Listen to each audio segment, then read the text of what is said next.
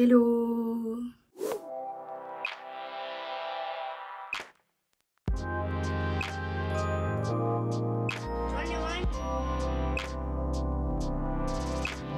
Bienvenue dans cette nouvelle vidéo, j'espère que vous allez bien, en tout cas moi ça va super. Aujourd'hui je vous fais une vidéo sur les critères de beauté en Corée. Comme vous savez peut-être, la société coréenne est hyper exigeante et même intransigeante sur les critères de beauté et c'est hyper spécifique, hyper précis. Il y a énormément de vidéos qui sont sorties à ce sujet, donc il va peut-être y avoir des répétitions, mais je vais essayer de faire un autre concept. Je vais aussi vous présenter des produits et comment j'essaye de survivre dans cette société coréenne où les standards sont ici. Comment je fais pour pas qu'on me pointe du doigt dans la rue. Et je vais vous montrer du coup tous les produits coréens que j'utilise afin de me fondre dans la masse. Déjà, il faut savoir que dans la société coréenne, la beauté ce n'est pas être beau juste de manière superficielle, mais c'est aussi malheureusement un critère de réussite dans la vie. Ça peut déterminer ta place sociale parce que professionnellement on peut très bien t'engager juste parce que t'es beau ou belle. Évidemment il faut les compétences qui vont avec, mais entre deux personnes qui ont les mêmes compétences, on va tendance à choisir la personne la plus belle et ça les recruteurs ne s'en cachent même pas. Là où en France on va essayer de prôner l'originalité et sortir des sentiers battus, en Corée c'est pas du tout ça. Ils ont des critères hyper précis et faut pas trop se différencier. C'est pour ça qu'on peut facilement faire des généralités par rapport aux critères de beauté en Corée, mais après ça reste subjectif. Déjà en Corée, être beau ou belle, c'est une obsession, mais pour presque tout le monde. Vous allez me dire que oui, bah c'est toujours mieux d'être beau, mais eux, en fait, ils vont vraiment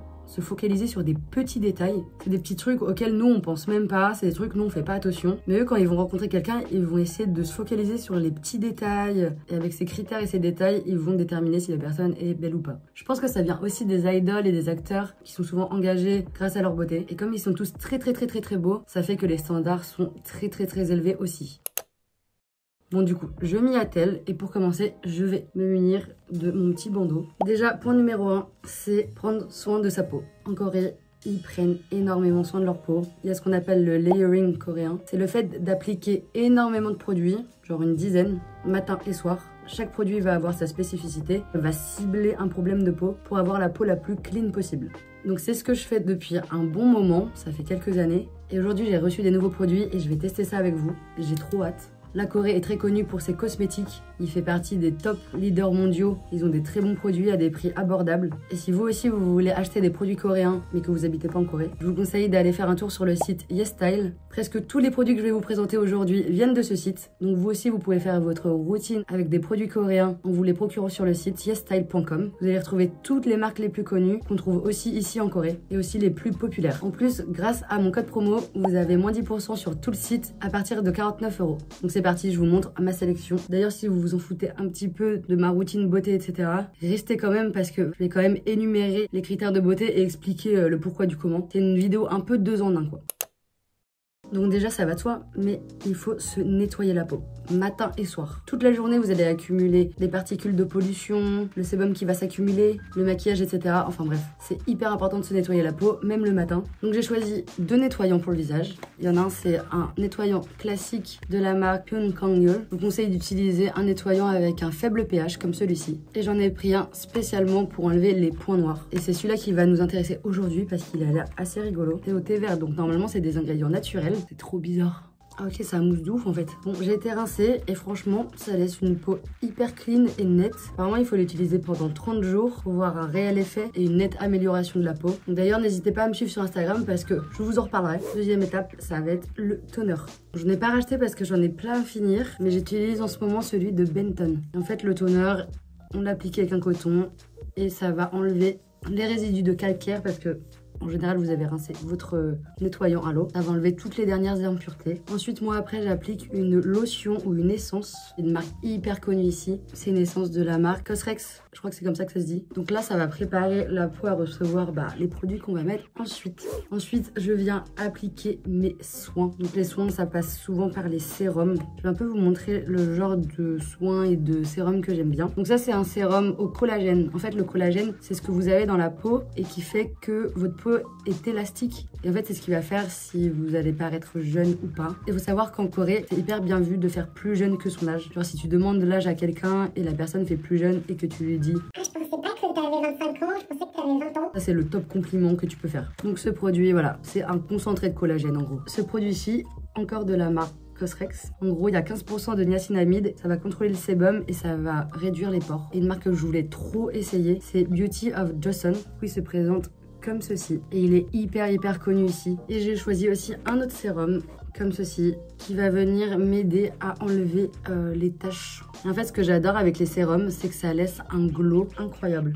Et on enchaîne sur le soin pour les yeux. De la même marque, Beauty of Joseon. Il faut absolument hydrater ses yeux parce que c'est autour des yeux que commencent les rides. Ensuite, on passe à la crème. Moi, j'ai choisi celle de Unique. Elle va rendre la peau plus lumineuse et c'est un gel. En gros, les gels, ça va être beaucoup plus léger et fondant que les crèmes. Du coup, c'est moins lourd et pour la journée, je préfère. Et en fait, la mode en Corée, c'est le teint glowy, le teint lumineux avec un effet presque aqua. Ça va vraiment être voilà, ce genre de reflet. Et la dernière étape, c'est la crème solaire. La crème solaire ici, c'est un indispensable. Personne ne sort sans crème solaire. Alors qu'en France, j'ai l'impression que personne ne met de crème solaire. Ça retarde énormément le vieillissement de la peau parce que le soleil, c'est la cause numéro 1 du vieillissement de la peau. Donc celle-là, elle est hyper connue. Encore de la même marque. Je crois que c'est un des top ventes. Et ici, on met de la crème solaire même quand il pleut, même quand il fait pas beau.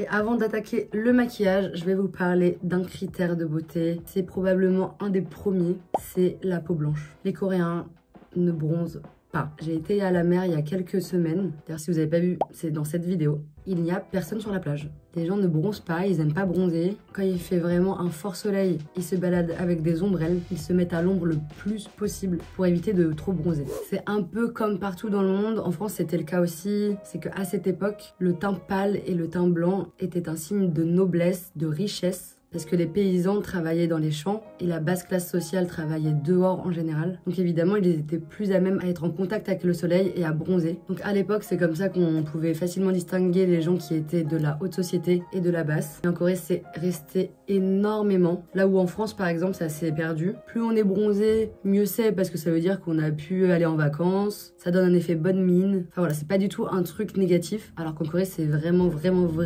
négatif. Ici, plus t'es pâle, mieux c'est. Donc ils évitent à tout prix le soleil. S'il y a des crèmes blanchissantes, on peut aller dans des cliniques pour faire un blanchiment de la peau. Dans tous les clips de K-pop ou les émissions, des dramas et tout, il y a souvent un filtre qui est appliqué pour rendre la peau plus pâle. Mais ça tend un peu à changer. Et il y a quelques idoles de K-pop par exemple, alors qu'elles n'ont pas le teint forcément pâle. Je pense à Waza par exemple, de Mamamoo. Mais ça reste quand même un critère très présent. Et par exemple, il y a ce genre de produit qui se vend énormément. C'est des crèmes qui vont donner un glow et légèrement blanchir la peau. Je vais vous montrer ce que ça donne, mais je suis pas vraiment fan parce que je trouve que ça donne un teint un peu gris plutôt que glowy. Ça enlève les sous-tons trop jaunes en fait. Voilà, ça a donné un teint un peu plus rosé, un peu plus glowy. Et si on en met trop, ça donne vraiment un teint trop gris. Ensuite, je vais vous présenter une base. Donc c'est une base où il y a encore de la crème solaire dedans. Ça va venir protéger la peau et ça va également flouter toutes les pores apparentes. Pour le fond de teint, j'ai décidé d'acheter une cushion. Alors les cushions, c'est très populaire ici et j'ai pris cette marque-là. Le boîtier est super joli. Vous avez une petite houppette, on appuie comme ça et on applique. La couvrance est vraiment très bien.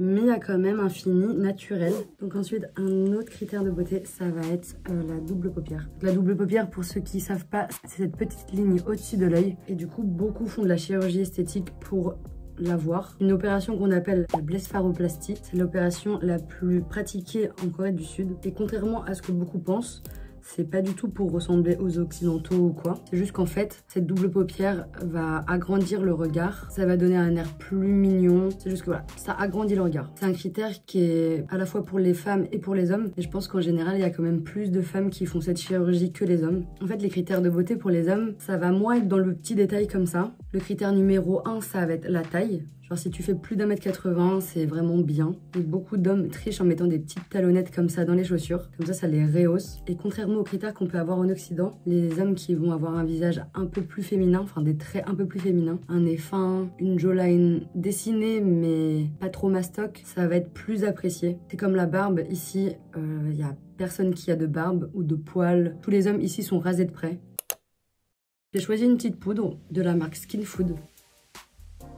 Un critère aussi qu'on retrouve pas du tout en France, ça va être la taille de la tête. Donc plus on a une petite tête et mieux c'est. Il faut que la tête fasse 5 fois le corps. Avoir une grosse tête, c'est pas très esthétique selon eux. Et plus c'est petit et plus c'est mignon encore une fois. Il y en a même qui vont jusqu'à se muscler les épaules pour que la tête paraisse plus petite. Et en parlant d'épaules, un autre critère, c'est d'avoir les épaules en angle droit. Ça va à 90 degrés ici. Il y en a même qui vont jusqu'à s'injecter du Botox. Celle qui est très connue pour avoir ces épaules-là, c'est Jennie des Blackpink. Et ensuite, on va passer aux sourcils. Ici, c'est des sourcils très droits. Ici, les hommes se maquillent aussi. Ils mettent souvent un peu de bébé crème ou un peu de fond de teint. Alors, pas tous, mais c'est pas rare. En tout cas, beaucoup moins qu'en France. Après, c'est sûr qu'ils prennent plus soin d'eux. Enfin, ils vont aussi mettre tous ces produits, les crèmes. Genre, dites-vous que mon mec, il en connaît plus que moi. Au niveau du nez, genre le critère pour le nez, c'est un nez qui est assez haut.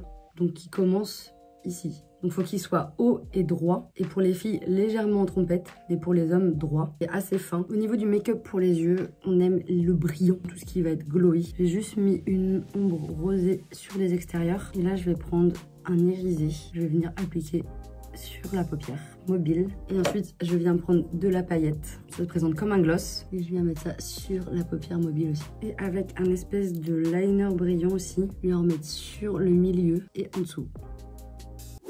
Ensuite, niveau liner, c'est assez différent ici. Il y en a qui mettent pas de liner du tout, ou sinon très légèrement. C'est pas un gros liner noir comme on a l'habitude en Europe ou aux États-Unis. Un liner marron.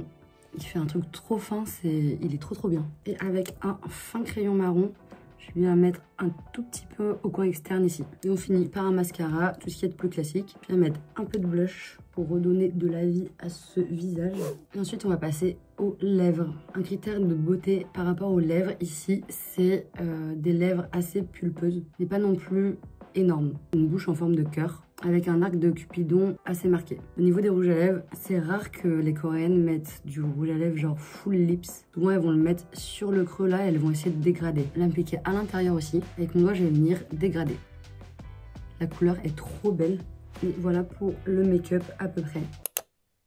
Bon, je vais essayer un peu d'arranger mes cheveux parce que bon, c'est terrible. Au niveau du corps, évidemment, en rien en vous disant que la Corée, c'est un pays plutôt grossophobe. La minceur est vraiment prônée. Il y a énormément de personnes qui font des diètes. Il y en a beaucoup qui mangent qu'un repas par jour. Mais aussi, en fait, on est très souvent confronté à ça parce que si vous allez faire les magasins, il y a très peu de grandes tailles et ça taille pas du tout pareil qu'en France. Par exemple, si vous faites un S ou un M en France, peut-être qu'ici, vous allez devoir prendre du L, voire du XL dans certains magasins. Du coup, mentalement, ça peut être un peu compliqué. Il y a aussi beaucoup de magasins avec du free size. Donc ça veut dire que c'est taille unique. Donc en fait, on te dit, c'est la taille que tu devrais faire. C'est la taille qui est imposée. Donc si tu rentres pas dedans, bon bah c'est de ta faute quoi. Du coup, ça peut être très complexant. Du coup, il y a énormément de pression par rapport au poids, qui est vraiment un critère de beauté ici. Après ces derniers temps, être fit, c'est même mieux que d'être mince. Il y a beaucoup de Coréens et Coréennes qui vont à la salle. C'est vraiment à la mode aujourd'hui d'être fit. Mais par exemple, toute cette pression, je trouve que c'est quelque chose qui est très négatif en Corée. C'est vraiment un côté de la société que j'aime pas trop. Genre, ils sont un peu obsédés avec le physique et ça peut donner une image très superficielle. Après, quand on comprend à quel point c'est important socialement, on arrive un peu mieux à comprendre pourquoi, etc.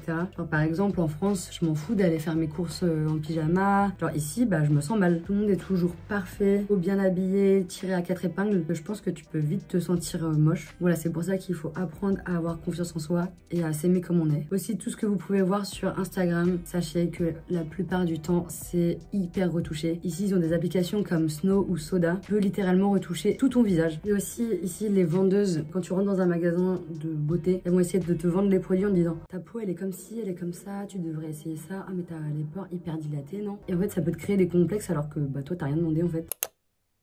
Enfin voilà, le look final, je sais pas si on voit très bien. Je vais essayer de vous montrer à une autre lumière plus naturelle. Donc c'est la routine que je fais tous les jours. Là je vous ai présenté les nouveaux produits, donc là je les ai essayés une fois mais je vais les tester à long terme et je vous en reparlerai. D'ailleurs si vous voulez que je vous fasse une vidéo pour vous montrer ma routine du soir, dites-le moi en commentaire. Et n'oubliez pas, avec le code qui s'affiche ici et que vous pouvez aussi retrouver en barre d'infos, vous avez moins 10% sur tout le site YesStyle pour vous aussi vous procurer plein de produits coréens. Avec mon code promo, vous avez moins 10% sur tout le site à partir de 49 € d'achat. J'espère que cette vidéo t'a plu et que tu as appris des choses. En tout cas, si elle t'a plu, n'oublie pas de mettre un petit pouce en l'air, un commentaire. D'ailleurs, si vous avez des idées de vidéos ou des sujets que vous voulez que j'aborde, n'hésitez vraiment pas à me partager vos idées dans les commentaires. N'oublie pas de t'abonner et d'activer la cloche de notification. Je vous dis à bientôt et je tease un peu, mais dans 3 jours, je pars au Japon. Donc, il va y avoir une petite série de vlogs qui vont arriver au Japon. À la semaine prochaine.